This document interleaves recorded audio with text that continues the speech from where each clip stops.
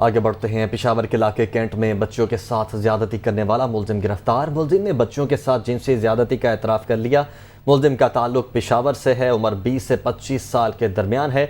मुलजिम जर्री का काम करता है। DNA रिपोर्ट का इंतजार था। पुलिस की जानिब से ये बताया जा रहा है। पेशावर के इलाके कैंट में बच्चियों के साथ ज्यादती करने वाला मुलजिम गिरफ्तार कर लिया गया है। पेशावर में ज्यादती के बाद बच्चियों को कत्ल करने वाले दरिंदे को गिरफ्तार कर लिया गया।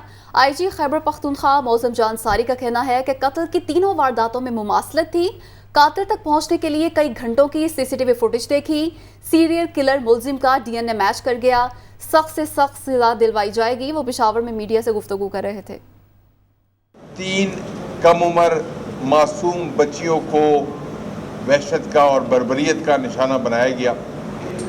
ये तीनों जराइम 3 इतवारों को हुए और तीनों में ममासलत इतवार का दिन भी था, बच्चियों का कम उम्र होना भी था। तो तीसरा वकूआ हुआ, उसके बाद हमें कुछ लीड्स मिली और उन लीड्स के ऊपर हमने काम करना शुरू किया।